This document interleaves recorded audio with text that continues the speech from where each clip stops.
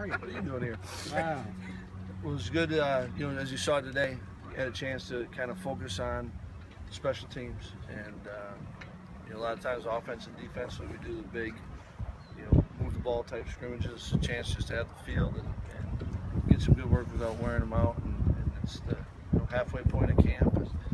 And the one thing that I'm starting to see is, you know, we're starting to get better at the execution. Now we're putting more time into just playing, but we're starting to see, you know, early, especially when you're installing and guys are thinking, some of the good plays, offensively or defensively, come from mistakes on the other side of the ball. And now you're starting to see a little bit more of plays being made as opposed to plays being given. And so I've liked that. You're starting to see it. Obviously got a ways to go. We're not, myself and I think the players will be first saying not where we want to be, but clearly I think personnel things are starting to become clearer. Although with that being said, you know, some of the question marks we had going in, you know, with Hayden and Bo being out, it's not clear yet, and same would be the inside linebackers, probably TJ and Leon, but it's provided great opportunities for other guys. And you know, Walker Williams on offense has got a ton of reps, and I think that's been helpful for him. And some of the younger guys, kind of finding out who those, when you hopefully get those guys back, you find out who your sixth, seventh, you know, in some case maybe your fifth lineman is. And you see that with the linebackers, you know, the inside linebacker spot. You know, Al Bingo and Chris Orr got a ton of work, and I think have taken advantage of that. And so, you know, it's a midway point of camp, and I like what the guys have been putting out and giving to us, and we just got to make sure we maximize the next opportunities we have here. Regarding the four guys you mentioned, the two tackles and the two inside linebackers, do you have a better idea today on when you might get any of those guys back? You know, I think it's, I don't anticipate any of them being this week, but I do think, you know, we've been fortunate. None of those are season-ending injuries, but, you know, Leon was able to do some stuff in our walkthrough, and TJ starting to make some progress. You know, Hayden, I think, will be a couple days, and Bo, my guess, will be the furthest of that group away. Would you say camp is on schedule? You're where you need to be? You know, Jim, when you ask that, you are where you are, and then how do you make it go? And I think in some areas, I think if you were to say what's your schedule or what's your, you know, hopeful timetable, we are. And then, you know, some of these personnel things have kind of set up back that I've given.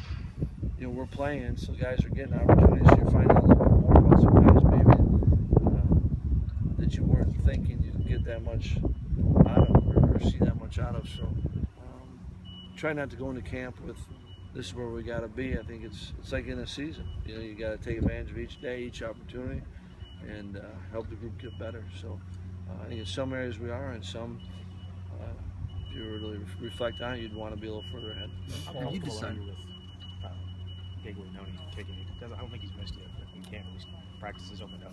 Did you ever play baseball? Yes.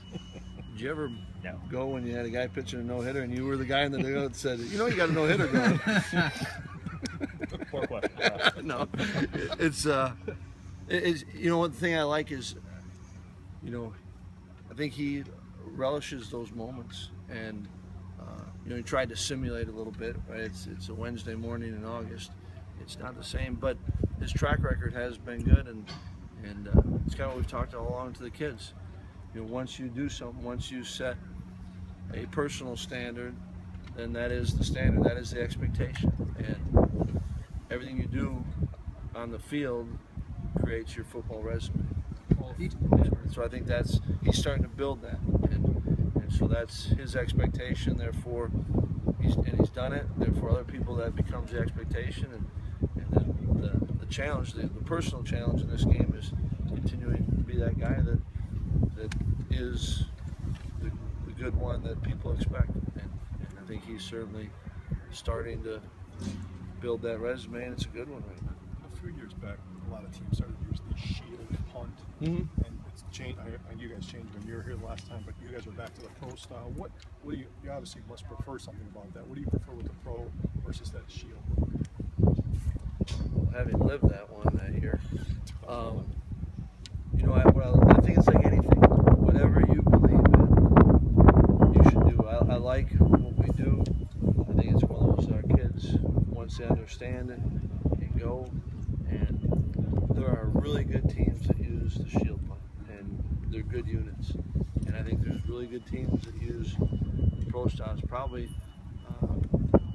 be the same with what we're doing offensively. So I think it's what you believe in, what you can teach, and what you think fits your players, and then you try to get real good at the execution. Have you decided on Bart as the number 2 quarterback, or is there still competition there? You know, we have not made any determination on that. I think our job, particularly here in camp, is to try to create as much competition at as many spots as we can. And so we haven't, I want to say you're the definitive 2, you're the definitive 3. And in all the positions, we're trying to create competition as best we can. How comfortable do you feel with, you know, DJ Gillens or Bart Houston? If Joel were to go down, how comfortable do you feel with those guys taking charge of the offense? I think it's our job to make sure that they feel comfortable, the players. And if the players feel comfortable, the players feel good. I think they're both talented enough to play quarterback and to win with. And it's our job as coaches to help them to where they're comfortable, where they can play. I think they've got good enough talent, and it's our job to help them be able to maximize it. You always play best with the talent when you're comfortable in what you're doing. You know what you're doing, and so I think we're working towards that. Are you still looking then beyond Alex and Jamerson at punt and kickoff return, or are those guys the leaders right now at those spots? Erickson and Jamerson. I think right now they'd be the leaders in the clubhouse. I think that's the phrase. What do you come down on using starters in those roles? Not just returners, but on special teams as well. I think you gotta put the best team out you can, and we got guys that want to do anything they can to contribute to this team, and they know that. And I think individually it's good for those guys, and they learn, and they're building their football resume. And so you got to be, I think, like all your players. What are the right number of snaps for them during a game, and we got to be conscious of that. And it's not the same for every player, but absolutely expect our starters to contribute on special teams.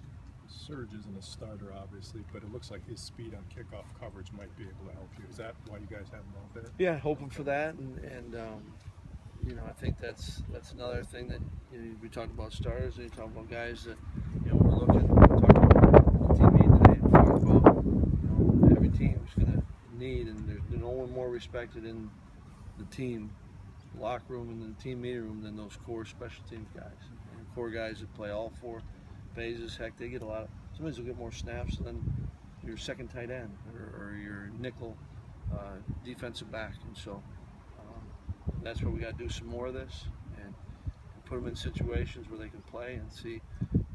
Special teams, I think you can find out guys who just know how to play football. They find the ball and they can do a lot of different things, and so I like their approach today and throughout camp with the teams, and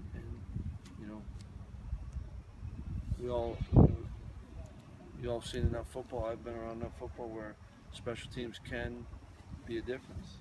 Now it's our job to make that come to fruition. Do you have a clear idea on how much you want to use Tanner on offense and what his role is there? Yeah, I think Tanner's a really good receiver, and I think that certainly we're going to use him on offense, and I think he's a guy that's played a lot of safety and played well at that position. So right now our plan is going forward, much like we talked about before, and using them both ways. Is that a feel thing that you find out as the games go on how much he can handle? I think from him, getting the accurate information from him, and then us making sure that we're together on the same page with it. As you hit the halfway point of camp, is it good to get a 60-degree day to maybe freshen everybody up a little bit? I don't know. We had popsicles afterwards. I thought we needed hot chocolate instead or something. You know what?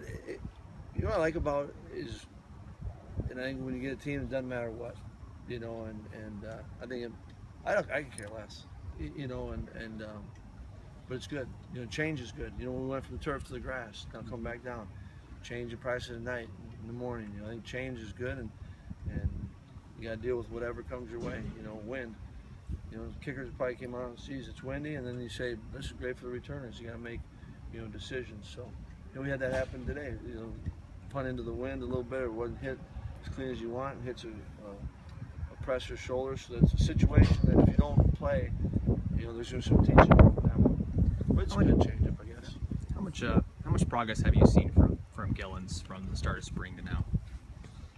I think I've seen a lot, and I think a big part of it is he works at it, and you know, I think he's at that stage where now the next thing is trusting his knowledge, trusting his preparation, and which he's done a ton of, and that I really like about him. And he's talented, and I think he's done some good things. And when he's a little bit behind on something, I think he knows it and sees it, and so he's starting to feel that. And he just he needs more reps, you know, and that's the one thing that, you know, we had some of the guys with the injuries. It's affected probably more the development of some young guys than it has necessarily, you know, where our first couple groups are at.